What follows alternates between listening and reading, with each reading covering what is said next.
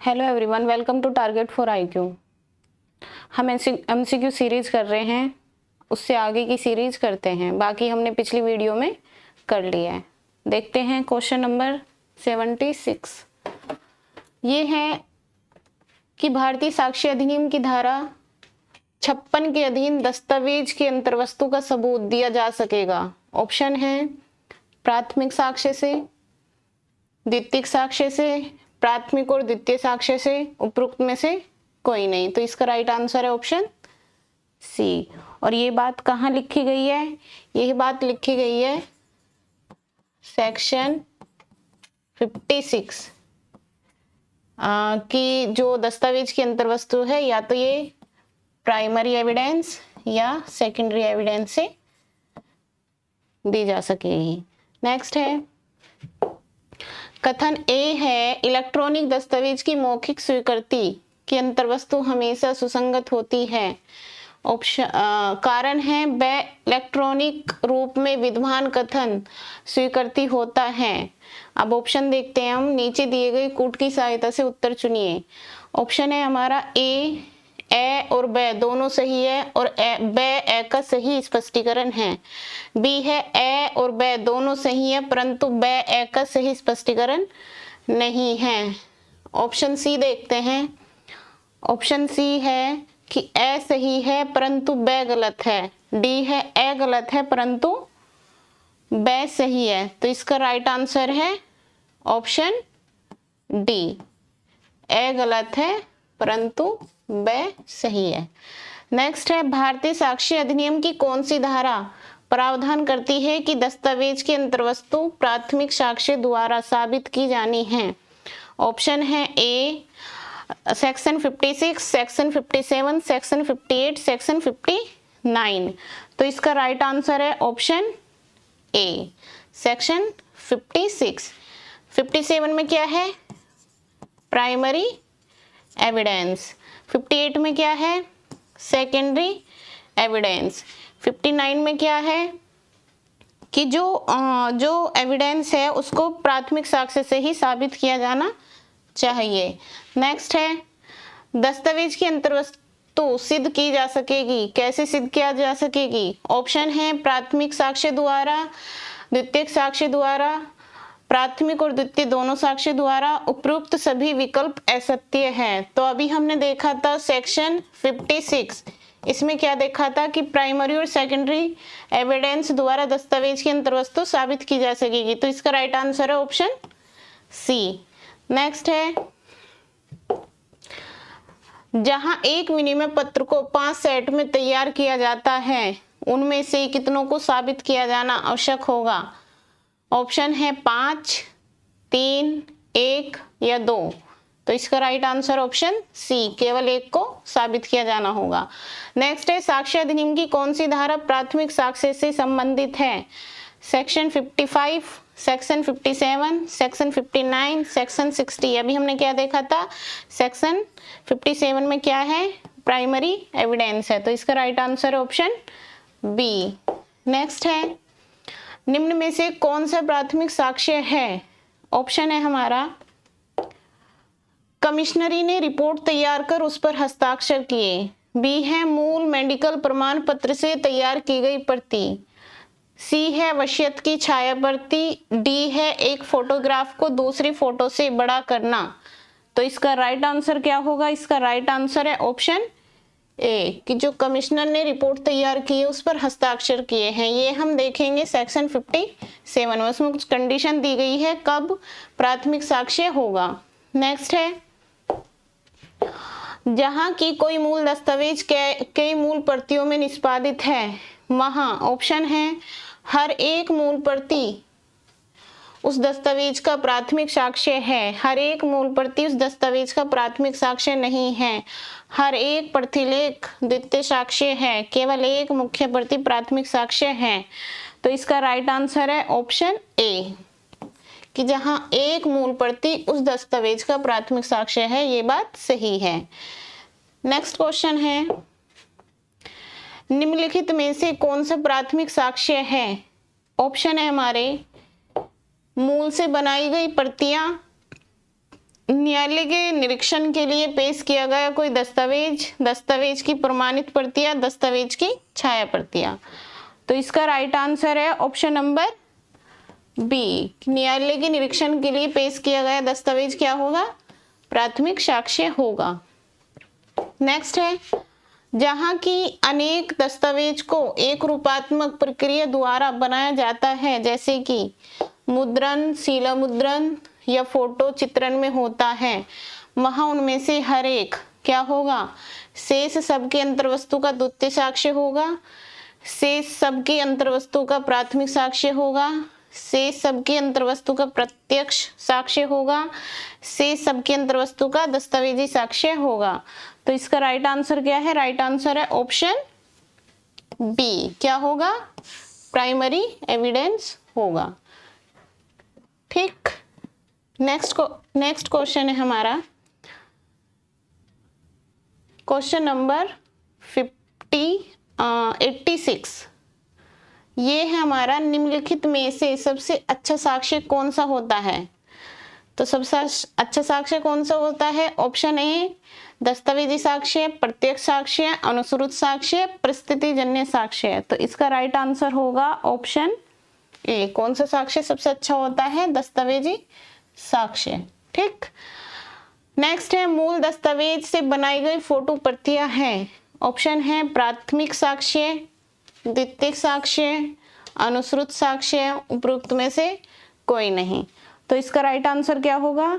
Right answer है option B. क्या होगा? द्वितीयक साक्ष्य होगा। फोटो प्रतियां है ना, जो हम फोटोकॉपी कराते हैं, तो वो सेकेंडरी एविडेंस होगा। नेक्स्ट है, निम्न में से कौन सी धारा द्वितीयक साक्ष्य से संबंधित है?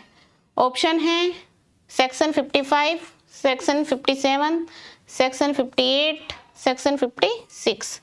56 में हमने कंडीशन पढ़ी थी कि दस्तावेज के अंतर्वस्तु कैसे साबित की जा सकेगी, प्राइमरी या सेकेंडरी। 57 में हमने क्या देखा था? Primary evidence. तो इसका राइट आंसर है ऑप्शन सी। 58 में क्या है? सेकेंडरी एविडेंस है। नेक्स्ट है क्वेश्चन नंबर 89। सूची फर्स्ट को सूची सेकंड से मिलान कीजिए। अब हम देखते हैं जो दस्तावेज है, दस्तावेज को कहाँ डिफाइन किया गया है? तो कहाँ किया गया है? दस्तावेज को डिफाइन किया गया है सेक्शन 2 में, और 2 के कहाँ? 2 के 1 क्लोज डी में। ठीक, प्राथमिक साक्ष्य कहाँ है? प्राथमिक साक्ष्य हमारा सेक्शन 57 से। द्वितीयक साक्ष्य कहाँ है? सेक्शन 58 से। मौखिक साक्ष्य कहाँ है? सेक्शन 55 से।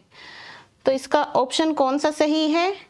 Option B is right answer.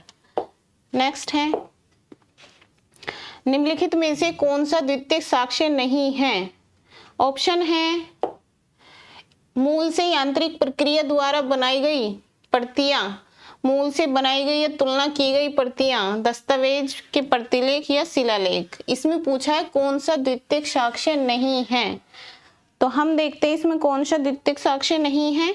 शिलालेख। शिलालेख क्या है? एक दस्तावेजी साक्ष्य है। दस्तावेजी साक्ष्य का मतलब है कि प्राइमरी एविडेंस है। नेक्स्ट है, निम्नलिखित में से किसे प्राथमिक साक्ष्य कहा जाएगा? ऑप्शन है हमारा मूल का छायाचित्र, बी है प्रमाणित प्रतियां, किसी दस्तावेज का मौखिक वृत्तांत या हस्तलिखित पत्र। तो इसका राइट आंसर क्या है? ऑप्शन डी, हस्तलिखित पत्र। ये क्या है? एक मूल प्रतियां हैं। नेक्स्ट है, निम्नलिखित में से भारतीय साक्ष्य अधिनियम की कौन सी धारा द्वितीय साक्ष्य की ग्राह्यता का प्रावधान करती है? ऑप्शन है हमारे section 55, section 56, section 58 and section 60।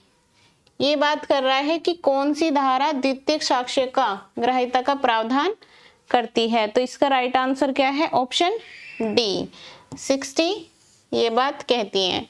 ठीक, नेक्स्ट है, इलेक्ट्रॉनिक अभिलेख से संबंधित साक्ष्य के विषय में भारतीय साक्ष्य अधिनियम की किस धारा में विशेष प्रावधान किया गया है? ऑप्शन है हमारे section 54, section 58, section 52 and section 62। तो इसका राइट आंसर क्या होगा? सेक्शन 62। नेक्स्ट है भारतीय साक्ष्य अधिनियम में कंप्यूटर निर्गत का दस्तावेज एवं साक्ष्य में ग्राह्य माने जाने की शर्तों का वर्णन किस धारा में किया गया है। धारा है हमारी section 63 close 4, section 63 close 1, section 3 close 2 and section 3 close 5। तो इसका राइट आंसर क्या होगा? राइट आंसर होगा ऑप्शन सी। ये 63 क्लोज 2 में लिखा हुआ है। नेक्स्ट है इलेक्ट्रॉनिक अभिलेख की अंतर्वस्तु किसके उपबंध के अनुसार साबित की जाएगी? सेक्शन 60 साक्ष्य अधिनियम। ऑप्शन बी है हमारा सेक्शन 59, सेक्शन 65, सेक्शन 63। तो इसका राइट आंसर क्या है? सेक्शन 63। ठीक, 59 में हमने देखा ही था, प्राथमिक साक्ष्य की बात है। हाँ, नेक्स्ट चलते हैं। निम्नलिखित में से किस मामले में अंकीय हस्ताक्षर को साबित करना आवश्यक है? कहाँ पे आवश्यक है? ऑप्शन देखते हैं। सुरक्षित अंकीय हस्ताक्षर के मामले में यदि हस्ताक्षरकर्ता का अंकीय हस्ताक्षर इलेक्ट्रॉनिक अभिलेख पर लगाया जाना अभिकथित किया गया हो, उन सभी मामलों में जिनों में इलेक्ट्रॉनिक साक्ष्य में प्रस्तुत किए गए हैं उपरोक्त सभी। तो इसका राइट आंसर क्या होगा? इसका राइट आंसर है ऑप्शन बी। ठीक, यदि हस्ताक्षरकर्ता का अंकीय हस्ताक्षर इलेक्ट्रॉनिक अभिलेख पर लगाया जाना विकथित है। नेक्स्ट है क्वेश्चन नंबर 97। भारतीय साक्ष्य अधिनियम के अंतर्गत इलेक्ट्रॉनिक हस्ताक्षर के सबूत का प्रावधान निहित है। सेक्शन 66 में, सेक्शन 67 में, सेक्शन 68 में, सेक्शन 69 में। तो ये कह रहा है हस्ताक्षरों के सबूत का प्रावधान कहाँ है? तो इसका राइट आंसर क्या होगा? इसका राइट आंसर होगा ऑप्शन ए। ये बात है सेक्शन 66 में। नेक्स्ट है क्वेश्चन नंबर 98। ये कह रहा है लोक दस्तावेज और प्राइवेट दस्तावेज भारतीय साक्ष्य अधिनियम की किस धारा में है? तो किस धारा में है?